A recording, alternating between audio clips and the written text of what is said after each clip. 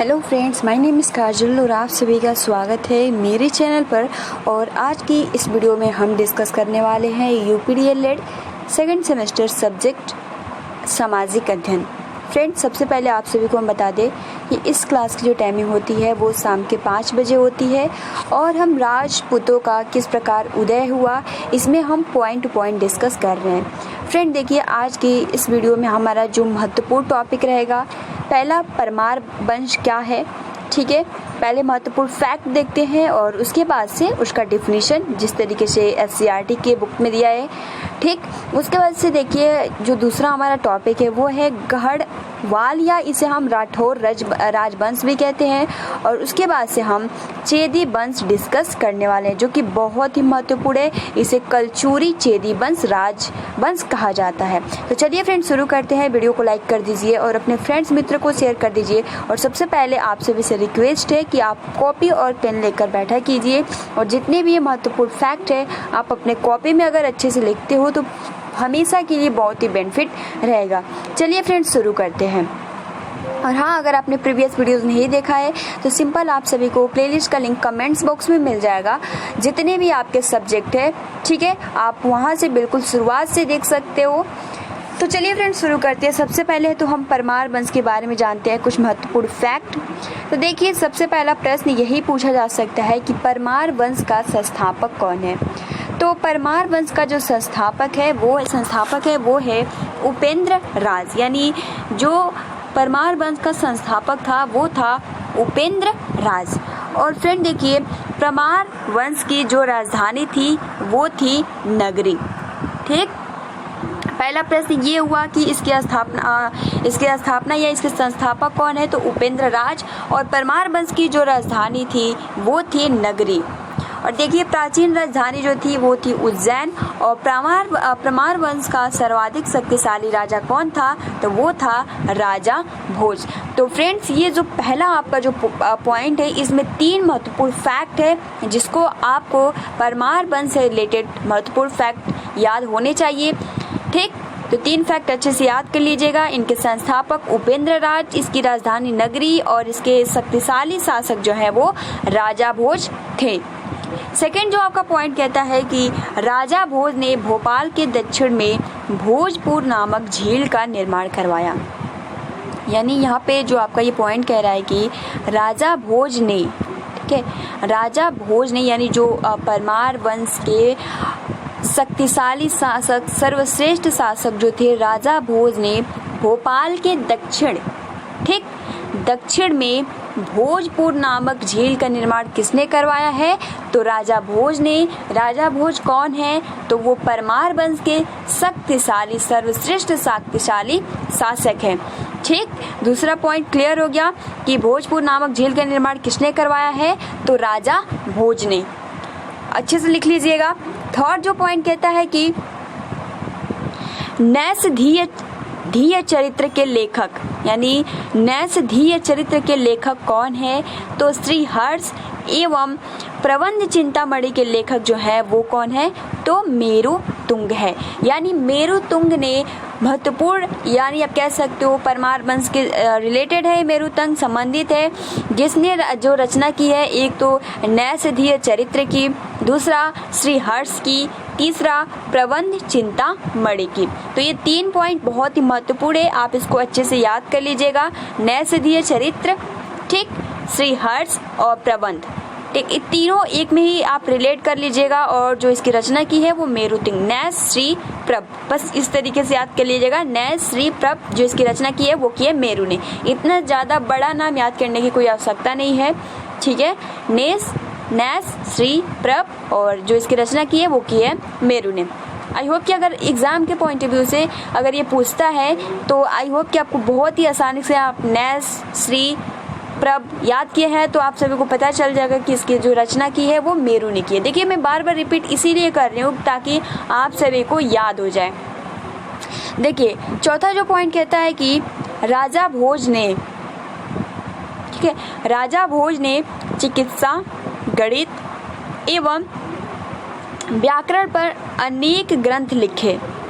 भोजकृत युक्ति कल्पतरु में वास्तुशास्त्र के साथ साथ विविध वैज्ञानिक यंत्रों व उनके उपयोग का उल्लेख है। यानी जो राजा भोज परमार वंश के सर्वश्रेष्ठ शक्तिशाली जो राजा थे, वे चिकित्सा, गणित एवं व्याकरण पर अनेक ग्रंथ भी लिखे हैं। और उसके बावजूद अगर हम बात कहें तो भोजकृत युक्ति, कल्पतरु, वास्तुशास्त्र के साथ साथ विविध वैज्ञानिक यंत्रों व उनके उपयोग का भी उल्लेख है। तो आप सोच सकते हो कितने मतलब कि ज्ञानी पुरुष थे, है ना।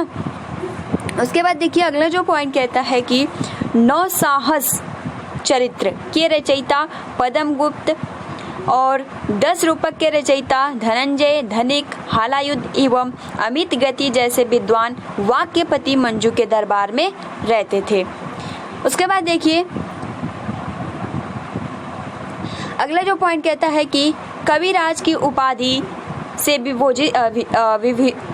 विभूषित शासक जो था वो था राजा भोज। तो कविराज के नाम से भी याद कर लीजिएगा कि राजा भोज जो परमार वंश के शक्तिशाली श्रेष्ठ राजा थे, उनको कविराज की भी उपाधि दी गई थी। भोज ने अपनी राजधानी में सरस्वती मंदिर का निर्माण करवाया था। ठीक है, यानी जो जो राजा भोज थे वो अपनी राजधानी में सरस्वती मंदिर का निर्माण करवाया था। फ्रेंड्स, इनकी जो राजधानी का नाम था वो क्या था? नगरी। तो इस तरीके से अगर आप रिलेट करके याद करते हो तो यानी आप सिंपल याद कर सकते हो, भोज ने अपनी राजधानी नगरी में सरस्वती मंदिर का निर्माण करवाया था और इसको ही कविराज कहा जाता है। और देखिए फ्रेंड्स, अगला जो पॉइंट कहता है कि इस मंदिर के परिसर में संस्कृत विद्यालय भी खोला गया था। यानी जो आपका सरस्वती मंदिर था, जो नगरी राजधानी थी परमार वंश की, वहाँ पे सरस्वती मंदिर राजा भोज ने खोला था। और यहाँ पे एक और महत्वपूर्ण बात है कि इस मंदिर में परिसर में संस्कृत विद्यालय भी खोला गया था। और राजा भोज के शासनकाल में धारा नगरी विद्या एवं विद्वानों का प्रमुख केंद्र थी। यानी जो उनकी राजधानी नगरी थी वो विद्या एवं विद्वानों की क्या थी? महत्वपूर्ण केंद्र थी। क्योंकि आप सोच सकते हो सरस्वती मंदिर खोला गया था, फिर संस्कृत विद्यालय भी खोला गया था, तो जाहिर सी बात है कि वो नगरी जो थी विद्या एवं विद्वानों की क्या थी? प्रमुख केंद्र थी। भोज ने चित्तौड़ में त्रिभुवन नारायण मंदिर का निर्माण करवाया। अभी देख सकते हो नगरी में सरस्वती मंदिर का निर्माण करवाया था। उसके बाद जो भोज थे चित्तौड़ में त्रिभुवन नारायण मंदिर का निर्माण करवाया था और भोजपुर नगर की स्थापना राजा भोज ने की थी। यानी भोजपुर नगर की स्थापना किसने की थी? तो राजा भोज ने की थी। और आप देख सकते हो इनके ही नाम से संबंधित है, तो बहुत ही आसानी के साथ याद हो जाएगा, इसमें कोई दिक्कत नहीं है। और देखिए परमार वंश के बाद तोमर वंश का, उसके बाद चहमान वंश का और अंततः 1297 ईस्वी में अलाउद्दीन खिलजी के सेनापति नसरत खां और उल्गू खां ने मालवा पर अधिकार कर लिया। तो इस तरीके से जो आपका परमार वंश था इसका अंत होता है। ठीक, तो महत्वपूर्ण फैक्ट हमने देख लिए। अब चलिए इसको थोड़ा विस्तार से देख लेते हैं जो आपके SCERT बुक में दिया है वो किस तरीके से दिया है। तो देखिए SCERT बुक में सबसे पहले अगर हम बात करें तो यहाँ पे सबसे पहला जो पॉइंट बोलता है कि 10वीं सदी के प्रारंभ में, ठीक है, 10वीं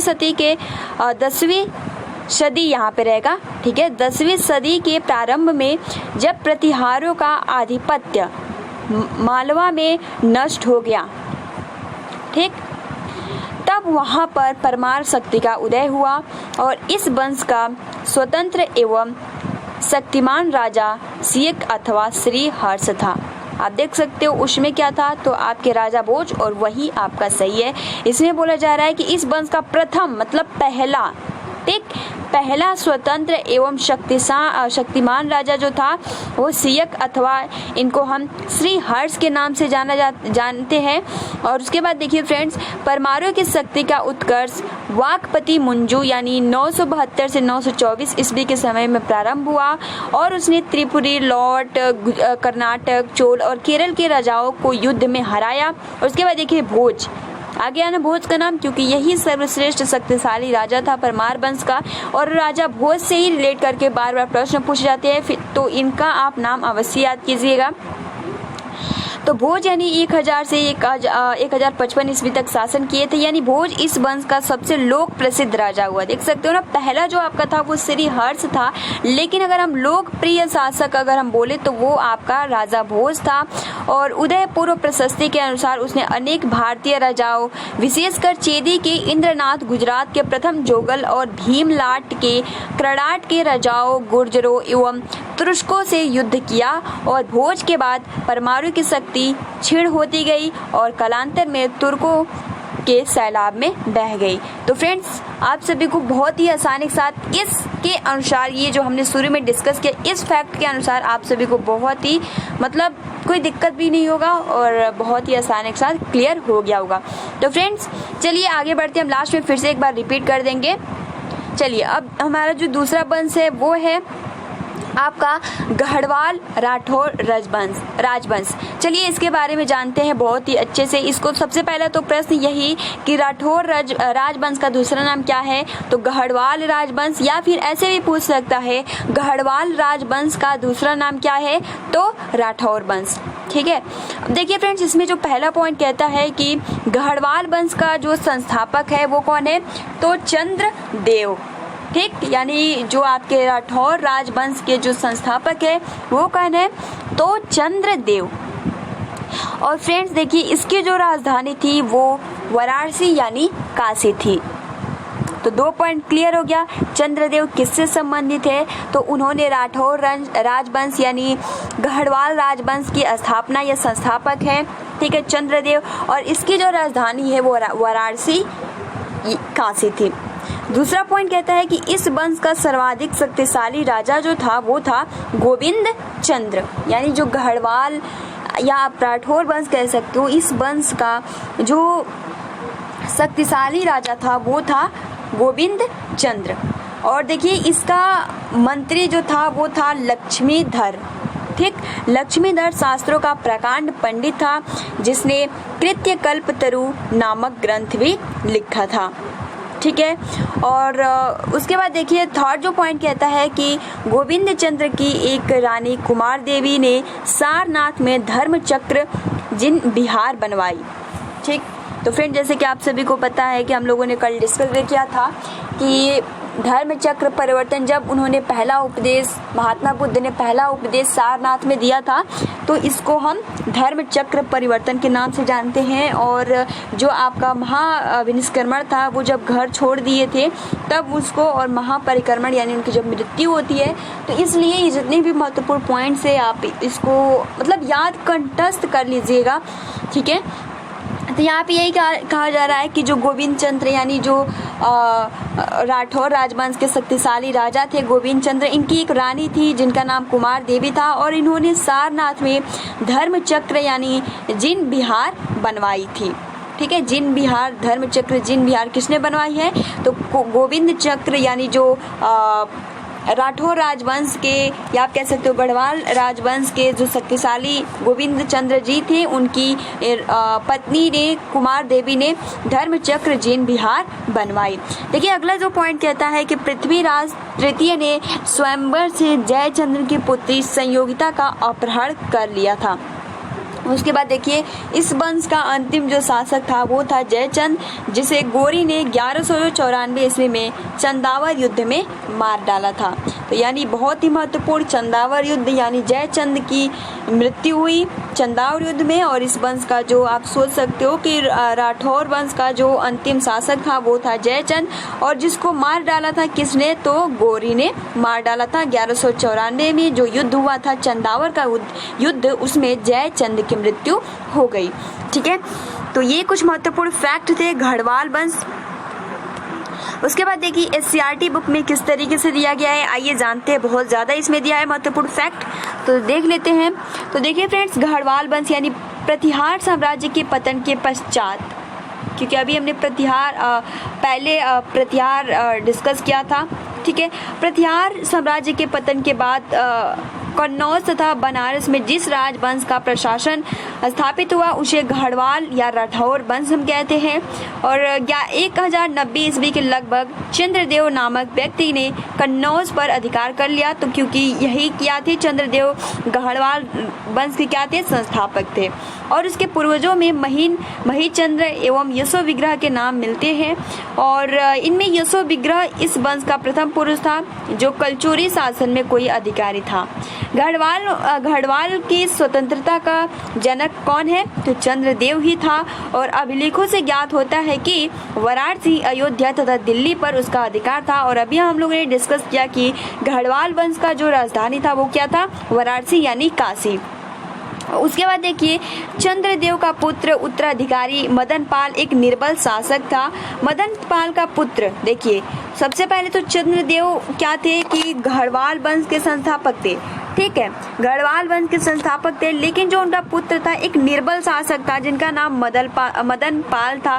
फिर मदन पाल के जो पुत्र थे उनका नाम था गोविंद चंद्र। और आप सभी को पता है गोविंद चंद्र से ही प्रश्न पूछे जाते हैं गढ़वाल वंश से रिलेट करके, क्योंकि ये क्या है, सर्वशक्तिशाली श्रेष्ठ शक्तिशाली क्या है, ये वहाँ के शासक थे। तो ये इनके पुत्र ना होकर ये आप कह सकते हो इनके पोते थे। किनके, तो चंद्रदेव के, ठीक है।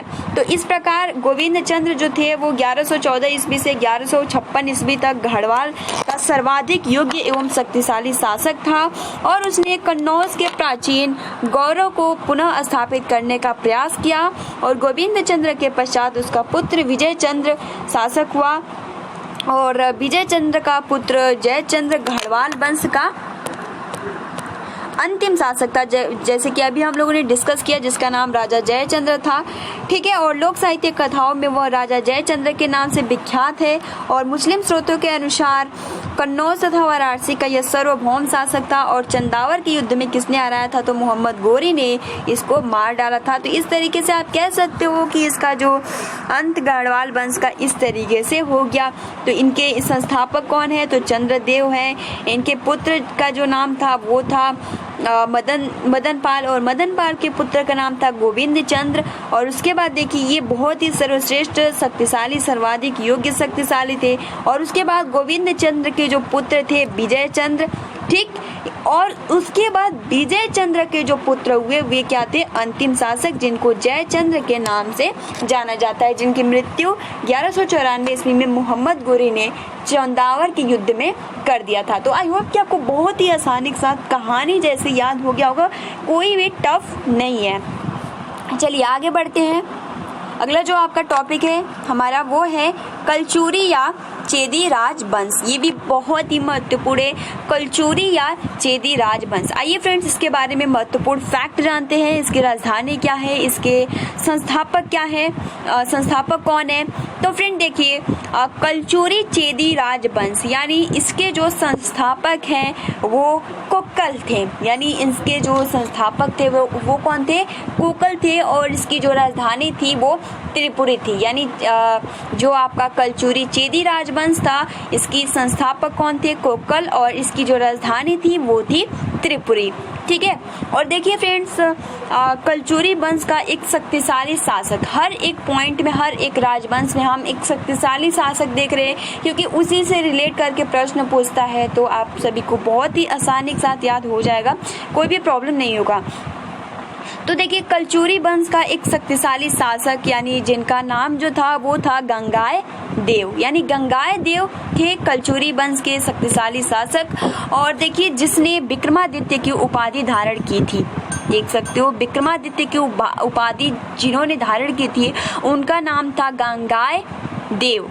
और पूर्व मध्यकाल में सरवण सिक्कों के विलुप्त हो जाने के पश्चात उन्होंने सर्वप्रथम इसे प्रारंभ किया, यानी जब इसके पहले सोने के सिक्के जब विलुप्त हो गए थे तो फिर से इन्होंने ही प्रारंभ किया, जिनका नाम है गंगेय देव, जिनको उपाधि मिली है विक्रमादित्य की, जो कि बहुत ही शक्तिशाली शासक है कलचुरी चेदी राजवंश के। और कलचुरी चेदी राजवंश के जो संस्थापक थे वो कोकल, और कलचुरी की जो राजधानी थी वो थी त्रिपुरी।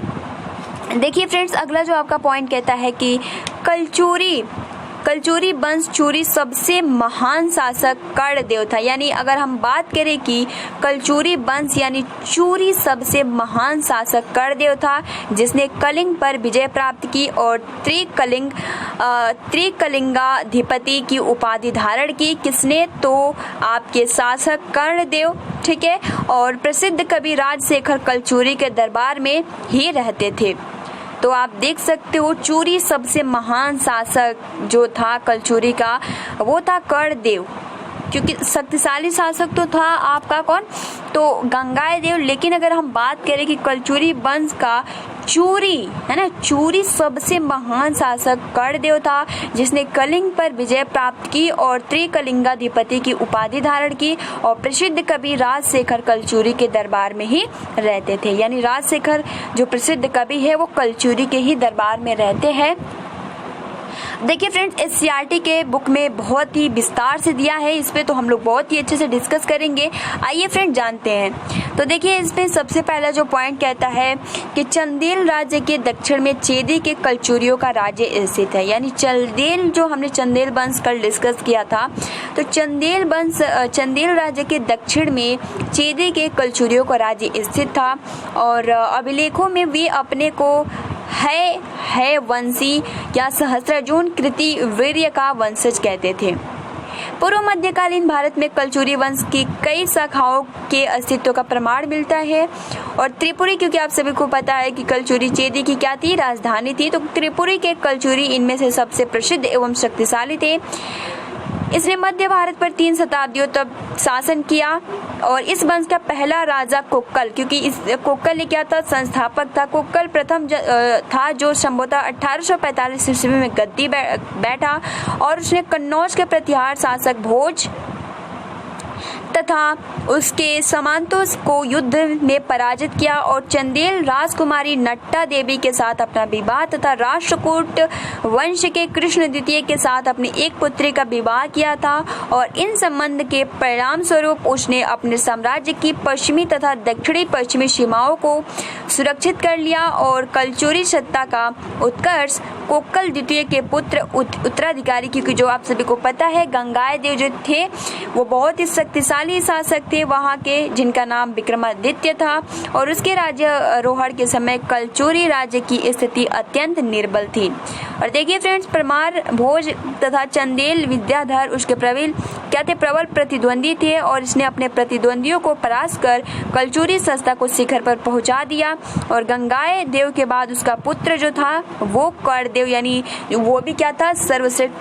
सर्वश्रेष्ठ शक्तिशाली था कर्णदेव अथवा लक्ष्मीकर शासक बना और अभिलेखों से ज्ञात होता है कि उसने परमार तथा चंदेल राजाओं का उन्मूलन करके अपनी स्थिति सार्वभौम बना ली थी, लेकिन उसकी अजेयता अधिक समय तक सुरक्षित नहीं रह सकी और कर्णदेव की मृत्यु के पश्चात ही कलचुरियों की जो शक्ति थी वो क्रमशः क्षीण होने लगी और इस प्रकार आप कह सकते हो कि 13वीं सदी के प्रारंभ में इस वंश का अंतिम शासक जो था वो विजय सिंह को चंदेल शासक त्रैलोक्यवर्मन ने परास्त कर त्रिपुरी को जीतकर अपने राज्य में मिला लिया और इस प्रकार कलचुरी चेदी वंश का अंत हुआ। यानी अंतिम जो शासक था कलचुरी चेदी वंश का वो था विजय सिंह और प्रारंभ में कौन था? तो वो था आपका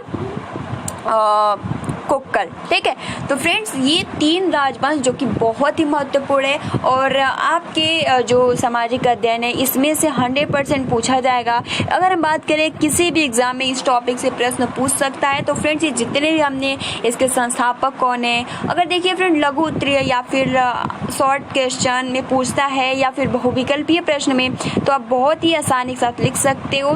तो चलिए फ्रेंड्स एक बार हम बिल्कुल शुरुआत से पॉइंट जल्दी एक बार रिपीट कर दे रहे हैं, ठीक है, ताकि आप सभी को आसानी के साथ जितने भी फैक्ट है वो याद रहे। तो देखिए सबसे पहले हम बात करते हैं परमार वंश की। तो परमार वंश के जो संस्थापक है वो उपेंद्र राज है और इसकी जो राजधानी है वो क्या है? तो नगरी थी। ठीक है, और इसके शक्तिशाली जो राजा थे वो कौन थे? तो राजा भोज थे। ठीक है, और देखिए राजा भोज से रिलेट करके कुछ प्रश्न पूछे जा सकते हैं। तो राजा भोज जो थे वो भोजपुर नामक झील, क्योंकि अपने ही नाम से उन्होंने ही निर्माण करवाया था। और उसके बाद देखिए ये हम लोग पॉइंट छोड़ते हैं। ठीक है, ये देखिए जो आपका मेरू तंगवाला से रिलेट करके कभी कभी प्रश्न पूछ सकता है। तो न्यासदीय चरित्र और श्रीहर्ष और प्रबंध चिंतामणि के जो लेखक हैं वो कौन है? तो मेरुतंग। तो आप इस तरीके से याद कर सकते हो, न्यास, श्री और प्रभ। ठीक, इसके जो लेखक है वो मेरु है। उसके बाद देखिए जो राजा भोज थे वे बहुत ज्यादा ग्रंथ भी लिखे थे, गणित हो गया, व्याकरण हो गया।